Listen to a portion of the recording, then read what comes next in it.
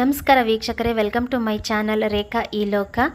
ನಾನು ಹಿಂದಿನ ವ್ಲಾಗಲ್ಲಿ ಬಸವಣ್ಣನವರ ಪತ್ನಿ ಗಂಗಾಂಬಿಕೆಯವರ ಐಕ್ಯ ಸ್ಥಳವನ್ನು MK ಹುಬ್ಬಳ್ಳಿಯಲ್ಲಿ ಇರೋದನ್ನು ವ್ಲಾಗ್ ಮಾಡಿ ಹಾಕಿದ್ದೀನಿ. ನೋಡಿಲ್ಲದೆ ಇರೋರು ಖಂಡಿತ ಹೋಗಿ ನೋಡ್ಕೊಂಬನ್ನಿ. ಈಗ ನಾವು ಹೋಗ್ತಾ ಇರೋದು ರಾಯಣ್ಣನವರ ಜನ್ಮಸ್ಥಳ ಸಂಗೊಳ್ಳಿ, ಆ ಪುಣ್ಯಭೂಮಿ ದರ್ಶನವನ್ನು ಮಾಡೋದಕ್ಕೆ ಹೋಗ್ತಾ ಇದ್ದೀವಿ. ನೀವು ಕೂಡ ಆ ಸ್ಥಳವನ್ನು ನೋಡ್ಬೋದು. ನಾನು ನಿಮಗೆ ತೋರಿಸ್ತೀನಿ ಅಲ್ಲಿ ಏನೇನಿದೆ ಅಂತ. ತಪ್ಪದೇ ಸ್ಕಿಪ್ ಮಾಡದೆ ನೋಡಿ. ಈಗ ಹಿಂದೆ ನಿಮಗೆ ಕಾಣಿಸ್ತಾ ಇದೆ, ಗೆಸ್ ಮಾಡ್ಬೋದು ಎಲ್ಲಿ ಬಂದಿವಂತ. ನಾವಿವತ್ತು ಬಂದಿರೋದು ಸಂಗೊಳ್ಳಿಗೆ. ರಾಯಣ್ಣವರ ಒಂದು ಸ್ಮಾರಕ ಏನು ಮಾಡಿದಾರಲ್ಲ, ಅಲ್ಲಿ ನಾವು ನೋಡೋಕೆ ಬಂದಿದ್ದೀವಿ. ಇವತ್ತು ಸಂಡೇ, ಭಾಳ ಜನ ಇದ್ದಾರೆ ನೋಡ್ಬೋದು. ಸುತ್ತ ಭಾಳ ಜನ ಬಂದಾರ. ಎಷ್ಟು ಜನ ಬಂದಾರ ನೋಡ್ರಿ ಕಾರಿಗೆ. ಅದೇ ಇವತ್ತು ಸಂಡೇ ಅಲ್ಲ, ಹುಡ್ರನ್ನ ಕರ್ಕೊಂಡೆ ಜಾಸ್ತಿ ಬಂದಾರ. ನಾವು ನಮ್ಮ ಗಾಡಿನ ಅಲ್ಲಿ ಅಲ್ಲಿ ಪಾರ್ಕ್ ಮಾಡಿದ್ದೀವಿ. ಎಲ್ಲರೂ ಹೋಗ್ತಾ ಇದ್ದೀವಿ. ಐಶುಗ ಟೋಪಿ ಕೊಟ್ಟಿನಿ. ಪ್ರಶಾಂತ್ನವರು ಅಲ್ಲಿ ಹೊಂಟ್ರವರು ಮುಂದೆ ನೋಡೋದಕ್ಕೆ. ನೋಡ್ಬೋದು ಅಲ್ಲಿ ಹುಡುಗರು ಯಾವ ಥರ ಓಡೋಗ್ತಿದಾರಂತ. ಇನ್ನು ಒಳಗಡೆ ಹೋಗಿ ಹೆಂಗೈತಂತ ತೋರಿಸ್ತೀನಿ. ಕಾರ್ನ ಪಾರ್ಕ್ ಮಾಡಿಬಿಟ್ಟು ನಾವು ನೋಡೋಕೆ ಹೋಗ್ತಾ ಇದ್ದೀವಿ ಎಲ್ಲರೂ. ಅಮ್ಮ, ಬಿಸಿಲು ಮಾತ್ರ ನಿಜವಾಗ್ಲೂ ಸಿಕ್ಕಾಪಟ್ಟೆ ಐತೆ. ಈ ಟೈಮಲ್ಲಿ ನೋಡೋಕೆ ಯಾರು ಬರ್ತೀವಿ ಅಂದರೆ ಛತ್ರಿ, ಟೋಪಿ, ನೀರು, ಕಲ್ಲಂಗಡಿ ಹಣ್ಣು ಇಂಥದನ್ನೆಲ್ಲ ತೊಗೊಂಬರಿ ಮರಿದಂಗೆ. ಇನ್ನು ಸ್ಮಾರಕದ ಹತ್ರ ಬಂದ್ವಿ ನಾವು. ಹೊರಗಡೆಯಿಂದ ಈ ರೀತಿಯಾಗಿ ಕೋಟೆಯ ಆಕಾರದಲ್ಲಿ ಮಾಡಿದ್ದಾರೆ. ನಿಜವಾದ ಕೋಟೆ ಅಳತೆ ಎತ್ತರ ಅದೇ ಥರ ಮಾಡಿರೋದ್ರಿಂದ ನೋಡೋದಕ್ಕೆ ಭಾಳ ಸುಂದರವಾಗಿದೆ. ಆಮೇಲೆ ಮಕ್ಕಳನ್ನ ಕರ್ಕೊಂಬನ್ನಿ, ತಪ್ಪಿಸ್ಬೇಡಿ. ಇತಿಹಾಸವನ್ನು ಓದಿ ತಿಳ್ಕೊತೀವಿ. ಇಲ್ಲಿ ಓದೋದಕ್ಕೂ ಇದೆ, ಓದಿ ಅಲ್ಲಿ ದೃಶ್ಯನ ನೋಡಿ ತಿಳ್ಕೊಳ್ಳೋದಕ್ಕೂ ಇದೆ. ಬಹಳ ಅದ್ಭುತವಾದ ಜಾಗ. ಮಕ್ಕಳಿಗೆ ಇತಿಹಾಸನ ಈ ರೀತಿಲೂ ತಿಳಿಸ್ಬೋದು ಅಂತ ಈ ಸ್ಮಾರಕ ನಮಗೆ ಕಲಿಸ್ಕೊಡುತ್ತೆ. ಈ ಸ್ಮಾರಕಕ್ಕೆ ಹೋದರೆ ನಮ್ಮ ನಾಡಿನ ಬಗ್ಗೆ, ನಾಡ ಭಕ್ತರು, ದೇಶಭಕ್ತರು, ಹೋರಾಟಗಾರರ ಬಗ್ಗೆ ಹೆಮ್ಮೆ ಮೂಡೋದಂತೂ ಸತ್ಯ.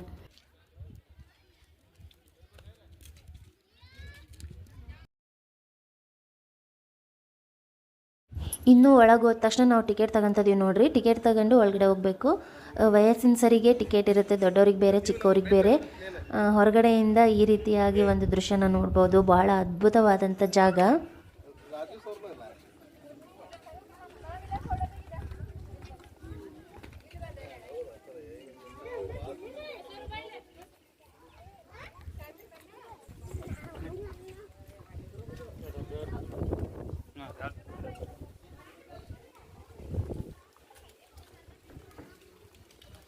ಅಮ್ಮ ಹೆಂಗಿಂದ ಬರನ್ರಿ? ಇಲ್ಲ ಹಿಂಗೆ ಹೋಗೋದು. ಇದ್ರೊಳಗೆ ಹೋಗಿ ಒಳಗೆ ಹೋಗೋದು ಬರ್ರಿ ಫಸ್ಟ್.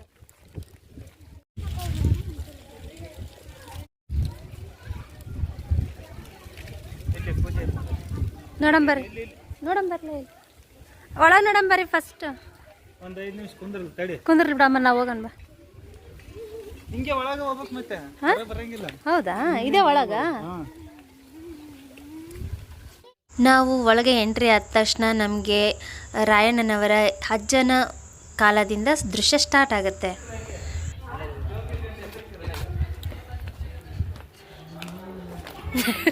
ವಿಡಿಯೋ ಮಾಡ್ತಿದ್ದೀನಿ ನಡಿ. ನೋಡ್ರಿ, ಎಲ್ಲರೂ ಬಿಸಿಲ ಟೋಪಿ ಹಾಕ್ಯಂಡ್ರೆ ನಮ್ಮ ನೆಳ ಟೋಪಿ ಹಾಕ್ಯಂತ.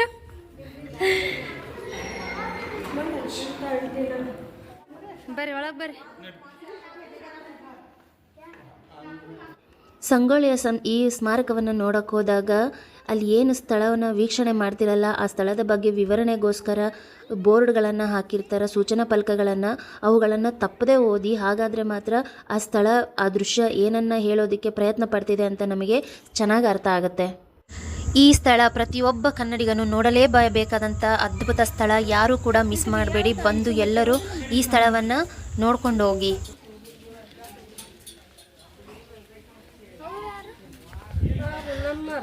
ಆವಾಗ ಹಳ್ಳಿ ಮನೆ ಹೆಂಗಿರ್ತಿದ್ವಲ್ಲಮ್ಮ, ಬಂಕ ಹೊರಗೆ ಕಟ್ಟೆ ಫಸ್ಟ್ ಹಂಗೆ. ಏನು ಜೀವ ಒಂದಿಲ್ಲ ನೋಡಮ್ಮ. ನೋಡ, ಕೋಳಿ, ನಾಯಿ ಏನು ಬದಲಿಲ್ಲ. ತತ್ತಿ ಇಟ್ಟೈತಿ. ತತ್ತಿ ಇಟ್ಟು ಹೋಗ್ಬಿಡೋದು ಹಂಗೆ.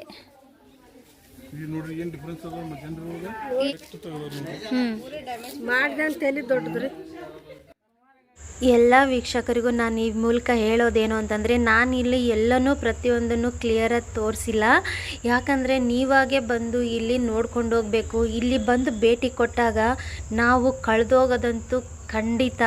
ಅಷ್ಟು ಅದ್ಭುತ ಪ್ರಪಂಚ ಒಂದು ತೆರೆದಿದೆ ಅಂತಾರಲ್ಲ, ಆ ರೀತಿಯಾದ ಒಂದು ಅದ್ಭುತ ಪ್ರಪಂಚ ಇದು. ಅಲ್ಲಿ ಹೋಗ್ಬಿಟ್ರೆ ನಾವಾಗೇ ಇರಲ್ಲ, ಎಲ್ಲೋ ಸಂಗೊಳ್ಳಿಲಿ ನಮ್ಮದು ಒಂದು ಜನ್ಮ ನಾವು ಪಡೆದಿದ್ದೀವೇನೋ ಅನ್ನೋವಂಥ ಒಂದು ರಿಯಲಿಸ್ಟಿಕ್ ಆದಂಥ ಒಂದು ಜಾಗ. ತಪ್ಪದೇ ಭೇಟಿ ಕೊಡಿ ಎಲ್ಲರೂ. ಇಲ್ಲಿ ಒಂದು ಹುಡುಗ ನೋವು ಆಗೈತೆ ಕಾಲ ಏನಮ್ಮ, ಆ ಪಾಪರ್ ಕರ್ಕೊಂಡು ಹೊಂಟಾರ, ಅದು ಒಲ್ಲೆ ಅಂತ ಹೇಳಕತ್ತದ. ನಡಿ ನಡಿ ಏನು ಮಾಡಂಗಿಲ್ಲ ನಡಿ ಅಂತಾರ ಅನ್ನಂಗೆ ಐತಿ. ಗುಂಡ್ಕಲ್ದ ಮದ್ದಾರಿ ಅದು. ಆ ಬಟ್ಟೆ ಕೌದಿ ಹಾಕ್ಯಾರ, ಕಂಬಳಿ ಹಾಕ್ಯಾರ, ಆ ಲಾಟಿನ, ಆ ಬಕೀಟ, ನೆಲ್ಚೀಲ, ಆ ಮನುಷ್ಯನ ಮಕ ನೋಡ್ರಿ. ನಾವೇನು ಇಲ್ಲಿ ದೃಶ್ಯ ನೋಡ್ತಾ ಇದ್ದೀವಲ್ಲ, ಇದು ಸಂಗೊಳ್ಳಿ ರಾಯಣ್ಣನವರ ಅಜ್ಜನವರ ಮನೆ. ಈ ಮನೆಯಿಂದ ಕತೆ. ಎಲ್ಲರಿಗೂ ಮದ್ದು ಕೊಡ್ತಿದ್ರಂತೆ ಅವರು, ಔಷಧ. ಮನೆಗೆ ಎಲ್ಲದು ಪ್ರತಿಯೊಂದು ರೋಗಕ್ಕೂ ಆಯುರ್ವೇದ ಪಂಡಿತ. ಅದು ಅವ್ರ ಅಜ್ಜರ ಮನೆಯಿಂದನೂ ಸ್ಟಾರ್ಟ್ ಮಾಡ್ಯಾರ. ಹಾಂ, ಇಲ್ಲಿ ಬೆಳೀತಾರ ಸಂಗೊಳ್ಳಿ ರಾಯಣ್ಣ.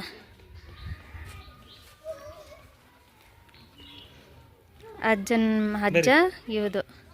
ಈ ಅಜ್ಜನವರ ಪರಿಚಯ ಆದ ನಂತರ ರಾಯಣ್ಣನವರ ತಂದೆಯ ಪರಿಚಯ ಮಾಡಿಕೊಡ್ತಾರೆ. ಇಲ್ಲಿ ಅವರ ಬಗ್ಗೆ ಒಂದು ಮಾಹಿತಿ ಫಲಕ ಇದೆ. ಅವರು ಮಲ್ಲಸರ್ಜ ದೇಸಾಯಿ ಅವ್ರದ್ದು ಇದ್ರಾಗಿದ್ರಲ್ಲ ಸೈನ್ಯದಾಗ, ಒಂದು ಹುಲಿ ಕಾಡ್ತಿತ್ತಂತೆ. ಆ ಹುಲಿನ ಕೊಂದು ಹೊತ್ಕೊಂಬರ್ತಾರಂತ ನೋಡು. ಯಾರು? ರಾಯಣ್ಣವ್ರ ತಂದೆ. ಹಾಂ, ಅವರ ಸೈನ್ಯದಾಗ ಇರ್ತಾರ. ಅಲ್ಲದಾರ ನೋಡು ಮಲ್ಲ ಸರ್ಜಾ. ಓಹೋ ಓಹೋ ಅಂತಾರ.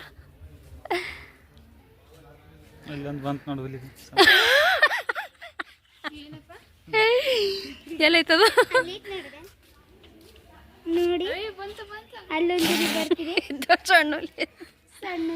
ಇನ್ನು ರೈತರ ಮನೆ ಅಂತಂದರೆ ಹಸು, ಕರ, ಎಮ್ಮೆ, ಹೈನುಗಾರಿಕೆ ಇದ್ದಿದ್ದೆ. ಇಲ್ಲಿ ಗೋದಲಿಯನ್ನು ತೋರಿಸಿದ್ದಾರೆ ರೈತರ ಮನೆಯದು. ಆಮೇಲೆ ರಾಯಣ್ಣವರು ಹುಟ್ಟುತ್ತಾರ ಕೆಂಚವ್ವ ತಾಯಿ, ಸಂಗೊಳ್ಳಿ ರಾಯಣ್ಣವ್ರ ತಾಯಿ. ತೊಟ್ಲಾಮ ರಾಯಣ್ಣ ಹುಟ್ಟಿದ್ರು, ನಾಮಕರಣ ಮಾಡಕತ್ತಾರ. ಈಗ ಏನೋ ಉಡಿ ತುಂಬತ್ತಾರ ಇಲ್ಲಿ ಹೆಣ್ಮಗಳಿಗೆ. ಅಲ್ಲಿ ಅಜ್ಜಿಗಳ ಹೆಸರಿಡತ್ತಾರ. ಅಲ್ಲಿ ಒಳಗೆ ಹೋಗ್ಬೇಕು, ಇನ್ನೂ ಬರಕತ್ತಾರ. ಅಜ್ಜ ಕುಂತಾರ ನೋಡೋ. ಏನೇನು ಬದಲು ಮಾಡಂಗಿಲ್ಲ. ಇದೇನು ಗೊತ್ತೇನಮ್ಮ, ಹುಲಿ ಕೊಂದು ಬಂದ್ರಲ್ಲ, ಅದಕ್ಕೆ ಮಲ್ಲ ಸರ್ಜರು ಬಹುಮಾನ ಕೊಟ್ಟು ಅವರಿಗೆ ಸನ್ಮಾನ ಮಾಡ್ತಿದಾರಲ್ಲ. ಊರಿನ ಜನ, ಸಂಗೊಳ್ಳಿ ಜನ ಅವ್ರನ್ನ ಎತ್ಕೊಂಡು, ಯಾರಿವರು? ರಾಯಣ್ಣವ್ರ ತಂದೆ, ಭರಮಪ್ಪನವ್ರು. ಒಂದು ಕಂಟಕ ಆಗಿತ್ತು ಊರಿಗೆ ಅಂತೇಳಿ ಆ ಹುಲಿನ ಕೊಂದಲ್ಲ, ಅದಕ್ಕೆ ಅವ್ರನ್ನ ಇದು ಮಾಡೋದು. ಅಲ್ಲಿ ನೋಡಕತ್ತಾರ ನೋಡಮ್ಮ. ಅಲ್ಲಿ ಕೆಂಚಮ್ಮನ ಮಕ್ಕಳು ಅವ್ರ ತಂದೆ ತಾಯಿ ನೋಡತ್ತಾರ. ಮಲ್ಲಸರ್ಜನ ಇದು ಮಾಡ್ಕೊಂಡು ಬರ್ತಾ ಇದಾರ. ಈ ಗರಡಿ ಮನೆಯಲ್ಲಿ ತಾಲೀಮ್ ನಡೆಸಕ್ಕಂಥ ದೃಶ್ಯ ಏನಿದಾವಲ್ಲ, ಅದು ಪ್ರತಿಯೊಂದು ಗೊಂಬೆನೂ ರಾಯಣ್ಣನವರನ್ನು ಪ್ರತಿನಿಧಿಸುತ್ತೆ. ಅಂದರೆ ರಾಯಣ್ಣನವರು ಆ ಕುಸ್ತಿ ಗರಡಿಲಿ ಅಷ್ಟೆಲ್ಲ ವಿದ್ಯೆಗಳನ್ನು ಕಲಿತರು ಅಂತೇಳಿ ಅದರ ಅರ್ಥ. ಅವರು ಪ್ರತಿಯೊಂದರಲ್ಲೂ ನಿರತರಾಗಿ, ಅಷ್ಟು ಗಟ್ಟಿಯಾಗಿ, ಪರಿಪಕ್ವವಾಗಿ ಎಲ್ಲ ವಿದ್ಯೆಗಳನ್ನು ಗರಡಿ ಮನೆಯಲ್ಲಿ ಅವರ ಗುರುಗಳಿಂದ ರಾಯಣ್ಣನವರು ಕಲಿತಾರೆ. ಆ ದೃಶ್ಯವನ್ನು ಇಲ್ಲಿ ತೋರಿಸ್ತಿದಾರೆ. ಇದು ಯುವಕನಾಗಿದ್ದಾಗ ಎಲ್ಲ ಕಲಿತಾರ. ಸಕಾಲ ಕಲೆನೂ ಇರ್ತತೆ. ಅಮ್ಮಗ ಸಾಕಾಯ್ತಂತ ರೆಸ್ಟ್ ಮಾಡ್ತಿದಾರ. ಆಮೇಲೆ ಇಲ್ಲಿಂದ ಬಂದ ತಕ್ಷಣ ಇಲ್ಲಿ ದೇವಸ್ಥಾನ. ಇಲ್ಲೆಲ್ಲ ಕುದುರೆ ಸವಾರಿ ನೋಡ್ರಿ. ಕುದುರೆ ಸವಾರಿನೂ ಅಭ್ಯಾಸ ಮಾಡ್ತಿದಾರ. ಆವಾಗಿಂದನೇ ಅವ್ರಿಗೆಲ್ಲ ಸಕಲ ವಿದ್ಯೆ ಸಿಗ್ತತೆ. ಈಜೋದು, ಪ್ರತಿಯೊಂದು ಗುಂಡೆತ್ತೋದು, ಗುಂಡು ವರಸೆ. ಅದಾದಮೇಲೆ ಇಲ್ಲಿ ಊರಾಗ ಹನುಮಪ್ಪನ ಗುಡಿ.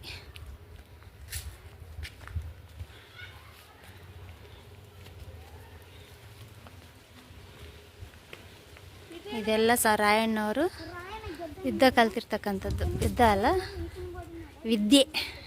ಸಕಲ ಕಲಾ ವಲ್ಲಭ. ಎಲ್ಲ ವಿದ್ಯೆನ ಕಲಿತು ಒಂದು ಹಂತದಲ್ಲಿ ಪೈಲ್ವಾನ್ ಆದಂಗೆ ಆಗ್ತಾರೆ. ಏನಮ್ಮ, ಎಲ್ಲ ವಿದ್ಯೆ ಕಲಿತು ಪೈಲ್ವಾನ್ ಆದಂಗೆ ಆಗ್ತಾನೆ. ಸೇಮ್ ದ್ಯಾವಣ್ಣನ ಮುಖ ಐತೆ, ಸೇಮ್ ಹಂಗೈತಲ್ಲ ಅಂತ ನೋಡ್ರಿ ಫ್ರೆಂಡ್ಸ್. ರಾಯಣ್ಣವ್ರ ಮುಖನ ಸೇಮ್ ನಮ್ಮ ಯಜಮಾನ್ರ ಮುಖ ಮಾಡ್ದಂಗೆ ಮಾಡ್ಯಾರ. ಇಲ್ಲೇ ಇದಾರೆ, ತೋರಿಸ್ತೀನಿ ತಡ್ರಿ. ಇದು ಕುಸ್ತಿಲಿ ಗೆದ್ದು ಊರಿಗೆ ಹೆಸರನ್ನು ತಂದು ಕೊಟ್ಟಿರ್ತಕ್ಕಂಥದ್ದು. ಊರಿನ ಜನ ಜೈ ಬೇರೆ ಹಾಕ್ತಿದಾರ. 6 ಪ್ಯಾಕ್ ಹೆಂಗೈತೆ ನೋಡ್ರಿ, ಜಟ್ಟಿ. ಸೇಮ್ ವಯಸ್ಸಾದವ್ರು ಹಿಂಗೆ ದೃಷ್ಟಿಸಿ ನೋಡ್ತಿರ್ತಾರೆ ಗೊತ್ತಾ, ಕಣ್ಣು ಕಾಣಂಗಿಲ್ಲ ಅಂತ ಹೇಳಿ ಏನಾತಂತ ಹೇಳಿ ಅವ್ರ ಮುಖದಾಗ ಹಂಗೇ ಕಾಣಿಸ್ತದೆ ನೋಡ ಮಗ. ಹಾಂ, ಈತಗೆ ಒಂಥರ ಹೆಮ್ಮೆ ಈ ಮನುಷ್ಯಾಗ ನೋಡಿ. ಎಲ್ಲರ ಮುಖದಲ್ಲಿ ಎಷ್ಟು ಏನು ಸುಮ್ಮನೆ ಅಸಡ್ಡೆ ಅಂತ ಏನಿಲ್ಲ.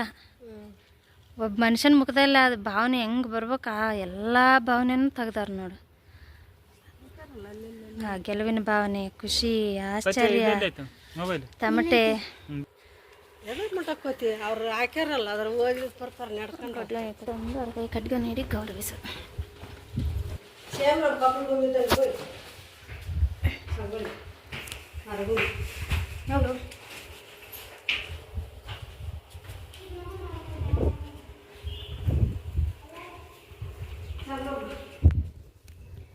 ಇಲ್ಲಿ ಒಳಗೆ ಬಂದರೆ ಸಂಗೊಳ್ಳಿಯ ಅರಮನೆ.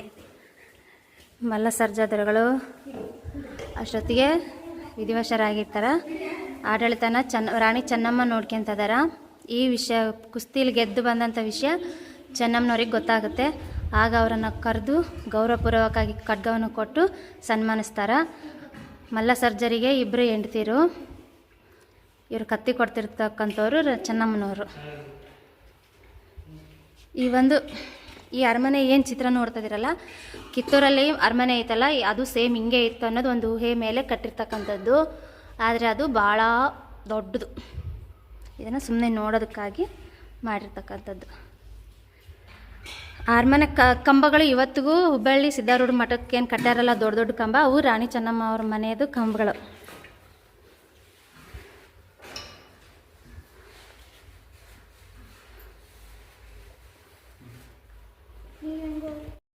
ನಾವಿಷ್ಟೊತ್ತು ನೋಡಿದ ದೃಶ್ಯ ಸಂಗೊಳ್ಳಿಯ ಅರಮನೆಯಲ್ಲಿರ್ತಕ್ಕಂಥದ್ದು. ಇನ್ನು ಮೇಲೆ ಕಿತ್ತೂರು ಅರಮನೆಯ ದೃಶ್ಯವನ್ನು ಮುಂದುವರಿಸಲಾಗುತ್ತೆ. ಅದ್ರ ಸುತ್ತಮುತ್ತ ಈ ರೀತಿ ಮಾಡ್ಯಾರ. ನಿಜವಾಗ್ಲೂ ಫ್ರೆಂಡ್, ಬರೋ ಮುಂದೆ ಎಷ್ಟು ಬಿಸಿಲು ಅಂತ ನಾವು ಅನ್ಕೊಂತ ಬಂದ್ವಿ. ಇಲ್ಲಿ ನೋಡೋ ಮುಂದೆ ಯಾವ ಬಿಸಿಲು ಅನ್ಸೋದಿಲ್ಲ, ಏನು ಅನ್ಸೋದಿಲ್ಲ, ಅಷ್ಟು ತಂಪೈತೆ.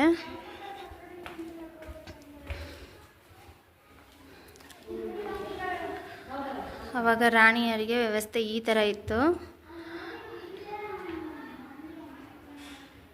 ಇದು ಹಳೇದನ್ನ ರೀ ಸರ, ಏನು ಮಾಡಿಟ್ಟಾರ್ರಿ? ಮಾಡಲ್ಲ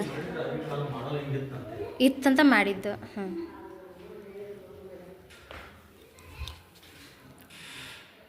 ಈಗೆಲ್ಲ ಏನು ಮಾಡ್ತಿದಾರೆ ಈಗ, ಏನೋ ಮಾಡ್ತಿದಾರಲ್ಲ ರೀ ಮೇಲೆ. ಆವಾಗಿನ ಕಾಲಕ್ಕೆ ಪಾಟಿಕಲ್ ಹಾಕ್ತಿದ್ರು.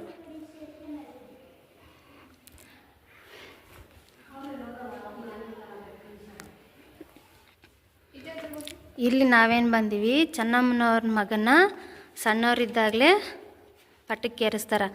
ಆವಾಗ ತ್ಯಾಕ್ರೆ ಬಂದು ಅದಕ್ಕೆ ಅವಕಾಶ ಇಲ್ಲ ಅಂತ ಹೇಳ್ತಿರ್ತಕ್ಕಂಥ ದೃಶ್ಯ. ಆವಾಗ ಚೆನ್ನಮ್ಮನವರು ಸಿಟ್ಟಿನಿಂದ ಹೇಳ್ತಿದಾರ. ಇಲ್ಲಿ ನೋಡ್ರಿ ರಾಯಣ್ಣವ್ರು ನೋಡ್ರಿ ಎಷ್ಟು ಸಿಟ್ಟಲ್ಲ ಇದ್ದಾರೆ ಈ ಒಂದು ಬ್ರಿಟಿಷ್ ಅಧಿಕಾರಿಯ ಮಾತನ್ನ ಕೇಳಿ. ನೋಡಿದ ತಕ್ಷಣ ಎಲ್ಲ ವೀಕ್ಷಕರಿಗೂ ಒಂದು ಮಾತು ನೆನಪಾಗಿರುತ್ತೆ, ಚೆನ್ನಮ್ಮನವ್ರ ಮಾತು. ಅದೇ ಕಪ್ಪ ನಿಮಗೇಕೆ ಕೊಡಬೇಕು ಕಪ್ಪ ಅನ್ನುವ ದೃಶ್ಯದ ಒಂದು ಸಂಭಾಷಣೆ ನಿಮಗೆ ಖಂಡಿತ ನೆನಪಾಗಿರುತ್ತಲ್ಲ. ನೆನಪಾಗಿದ್ದರೆ ಕಮೆಂಟ್ ಮಾಡಿ ತಿಳಿಸಿ, ನನಗೆ ಖುಷಿ ಆಗುತ್ತೆ ಪ್ಲೀಸ್.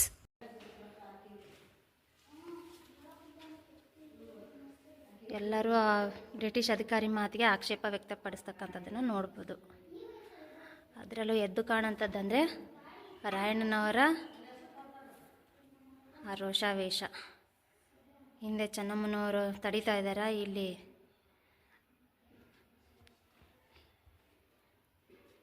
ಈ ರೀತಿಯಾಗಿದೆ.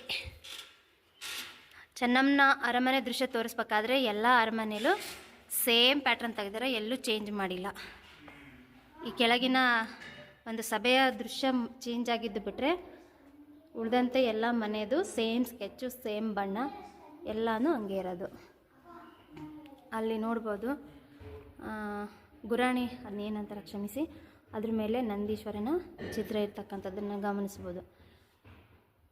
ಚೆನ್ನಮ್ಮನವರ ಆಸ್ಥಾನದ ಈ ದೃಶ್ಯಗಳನ್ನು ನಾವು ನೋಡಿದಾಗ ನಿಜವಾದ ಅರಮನೆಯ ದೃಶ್ಯ ಹೇಗಿರ್ಬೋದು ಅಂತ ಹೇಳಿ ಖಂಡಿತ ಎಲ್ಲರಿಗೂ ಅನಿಸುತ್ತೆ.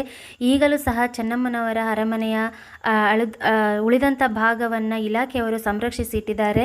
ಅಲ್ಲಿ ಗೋಡೆ, ತಳಪಾಯಗಳು ಈಗಲೂ ಸಹ ನೋಡೋದಕ್ಕೆ ಸಿಗುತ್ತೆ. ಆಸಕ್ತರು ಖಂಡಿತ ಹೋಗಿ ಭೇಟಿ ಕೊಡಬಹುದು.